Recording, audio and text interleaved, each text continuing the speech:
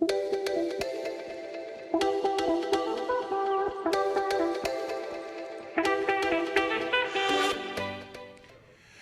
and welcome to Take 6. I am streaming executive producer Thomas Mates, filling in for Julie Broughton. She is out on assignment today, but she'll be back for News 6 at 4 with your forecast. Speaking of your forecast, we've got a nice weekend ahead of us, although there are some rain chances increasing towards the end of the weekend. And of course, it is the shortest weekend of the year with daylight saving time taking effect over the weekend. We'll have all that coming up for you in just a few minutes. We'll also be taking a look at the proposals for property tax change or property insurance changes happening right now in Tallahassee, although it looks like a lot of those may be destined to be met with a veto if they make it past the legislature. Industry experts are actually calling on lawmakers to stay the course with the current bout of agreements and laws regarding property insurance in the Sunshine State. Robert Brewer, our investigative photographer and producer, will have more on that in a few minutes. And of course, we will also look at the overnight launch and loss of the latest Starship test flight. Mark Lehman will be following that story for us. It was a spectacular sight over the skies, and it caused some problems here in Central Florida as well. But before we get to all of that, we first have to check in with News 6 reporter Stephanie Rodriguez. Stephanie, you were out today in the Orange County Courthouse looking at a bond hearing for a woman accused in a road rage shooting that killed a man, although she is claiming this is an act of self-defense. How are you doing today? And can you just give us a little bit of background on this story and then bring us up to today? Hey, Thomas. Yeah, I'm doing great. We're here, like you said, at the Orange County Courthouse. We had a pre-trial detention hearing today for 47-year-old Tina Algeo. She's charged with second-degree murder for that road rage incident that you mentioned that happened back in December near Primrose Drive and Colonial Drive. So she claims that there was an incident with 42-year-old Mikhail Svetkov, who was the person who died in this case, and they kind of got into an accident. She claims that he hit her car first, a bump, and then she followed his car to get his license plate information. She claims she accidentally then hit his car, and then she continued, and then Svetkov, she claims, got out of his car and then opened the door of her car and then started hitting her, and that's when she reached for her gun that we learned today was in the glove compartment of her car while she had her seatbelt on, and shot him. Now, we saw today for the first time video of the incident. We did see Svetkov get out of his car and open the car to Algeo's car, which the defense says is a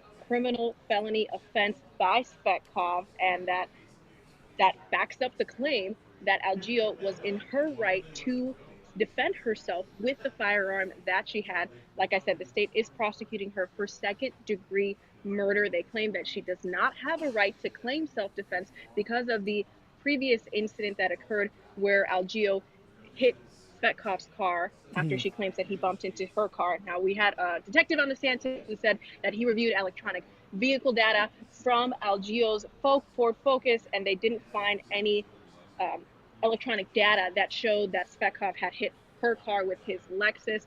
Self-defense, of course, is what the defense is claiming, and he says, her attorney, I should say, made it clear that the company that provided that electronic vehicle data said that it could have been triggered, but it could have also not been triggered. So there's some stuff in there. But the crux of today was really that the state does not want her to be out on bond. They say that she is a danger because it was a road rage incident, and they want to keep her behind bars until she goes to trial. But her defense says that she needs to be out and that she should be out, given that this was a isolated incident and that they are claiming that this was self-defense. So it was complicated, to say the least. I mean, the judge even said that she needed time today to digest the evidence that was presented, so she didn't actually make a decision right there on the spot as they normally would after the two sides present their case for a bond hearing. So we are still waiting to get that written statement from the judge today.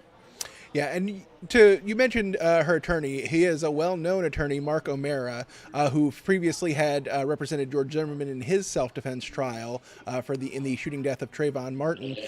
He is saying that she is just not a danger to the public. I saw some of your interview with him after the court hearing, and that she doesn't have a previous criminal record outside of a misdemeanor charge a few years ago. How confident is he that she will get this bond and be able to go home ahead of trial?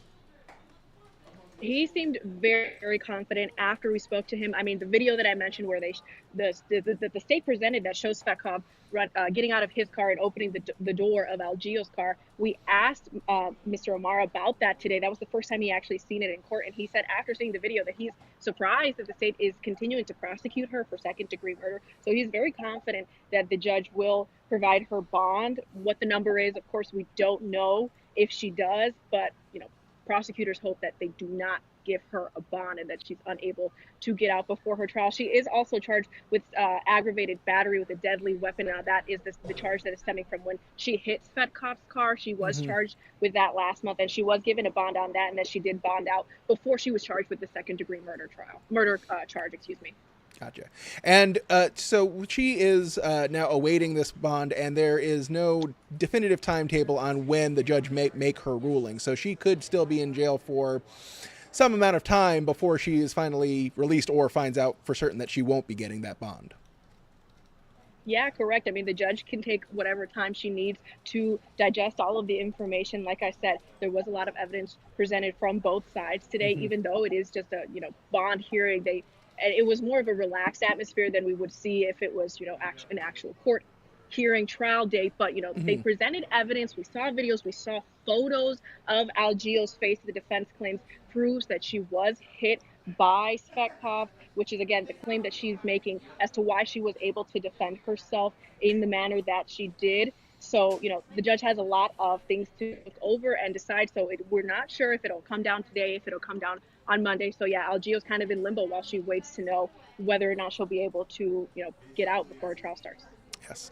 All right, I know you'll be keeping tabs on this, and we'll be waiting to see if a decision does come down today. And, of course, you'll have updates for us throughout the afternoon and into our newscast starting at 4. Stephanie Rodriguez, thank you so much for your time and appreciate your expertise on this matter. And I'll let you go and get back to covering this important story. Of course. Thank you. Thank you.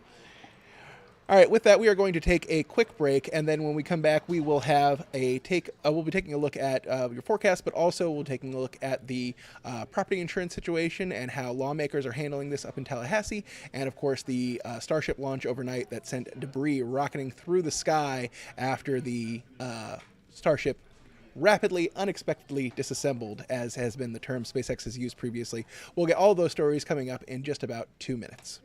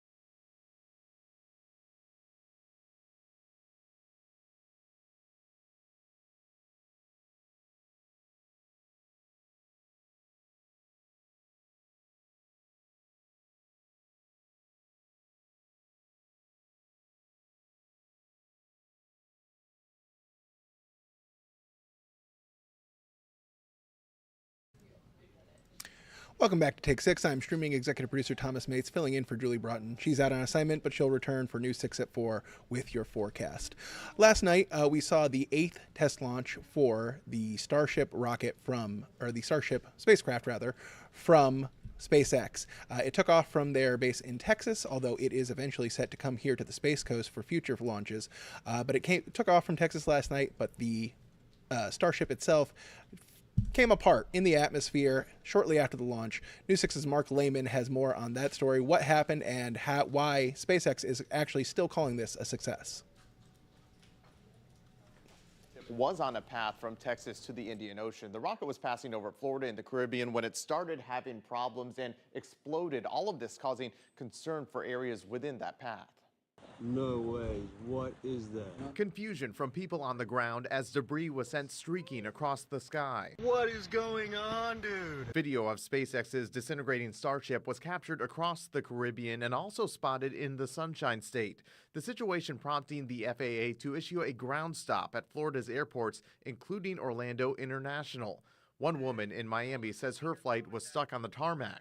Announcement that there's been a rocket launch that has lost satellite or lost touch. This was the 8th test flight for the Starship Super Heavy rocket, and problems surfaced minutes after liftoff. I'm not really sure what the orientation of the vehicle was, but it was moving rapidly and not in a way you want in a spacecraft going to space. SpaceX did see a successful catch of the booster, but the rocket exploded after passing over the Gulf. The failure following a similar pattern from Starship's last launch on January 16th. SpaceX issuing a statement last night saying in part, with a test like this, success comes from what we learn, and today's flight will help us improve Starship's reliability. And reliability is key in all of this because NASA wants to eventually put astronauts on board. SpaceX also hopes to launch Starship from Kennedy Space Center before the end of the year, although it's not yet known if this latest setback will delay those plans. Mark Lehman, Getting Results, News 6.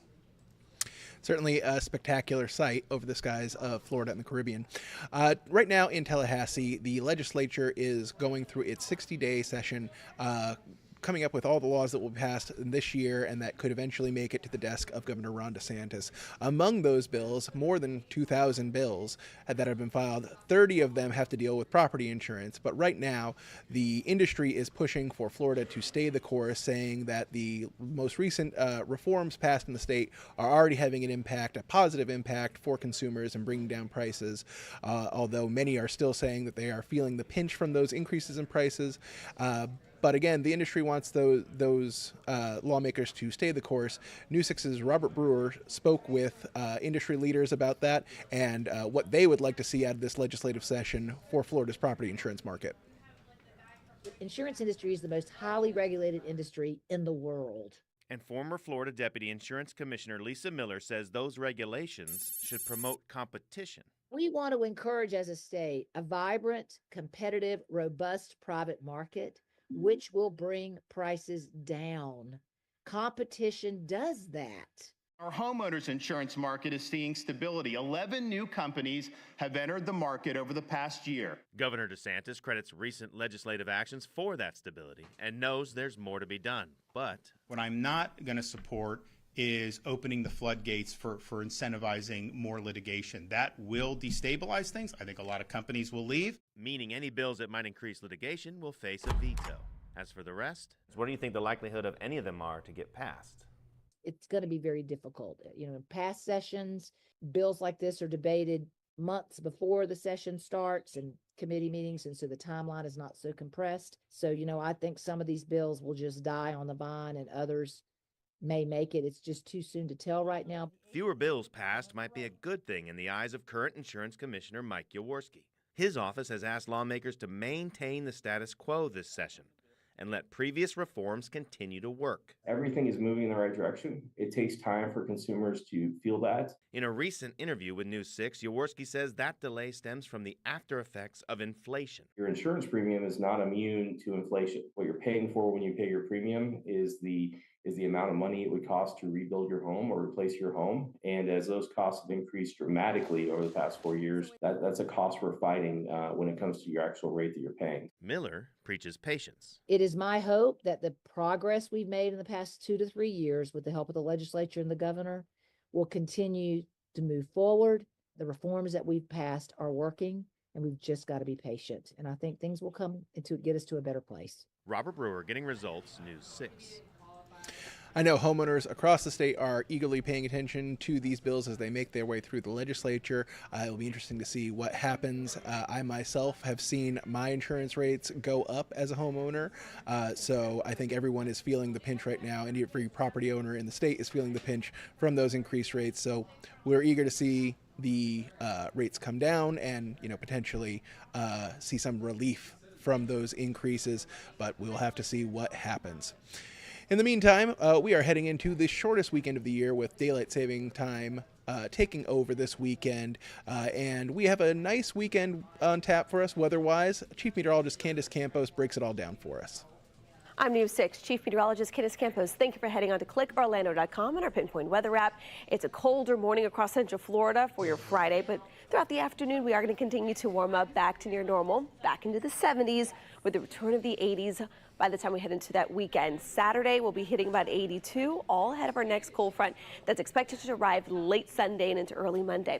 For the next couple of days, though, big ridge of high pressure will continue to make its way from the southeast out towards the Atlantic, and as it does so, we'll bring a return flow off the ocean, more of an east-southeast breeze today and tomorrow, which will be gradually warming us up. So our highs this afternoon will be running near normal. Our normal for this time of the year is about 78. We're going to be hovering close to that in those mid-70s, inland low 70s along the coastline. But after starting off in those 40s and 50s, we are looking kind of at a repeat performance later on tonight. Early Saturday morning, we will be down into those 40s and 50s for one more night. Rain chances, though, will start to trend up, really looking like the second half of your Sunday and into Monday, all ahead of our next cold front. So kind of timing things out. As of right now, most of the models are actually holding a lot of that moisture still out of the area until after sunset on Sunday. So most of your outdoor plans that you might have scheduled this weekend should be good to go. But that front's going to slowly make its way through Central Florida at a snail's pace, potentially keeping that rain and storm chance in the forecast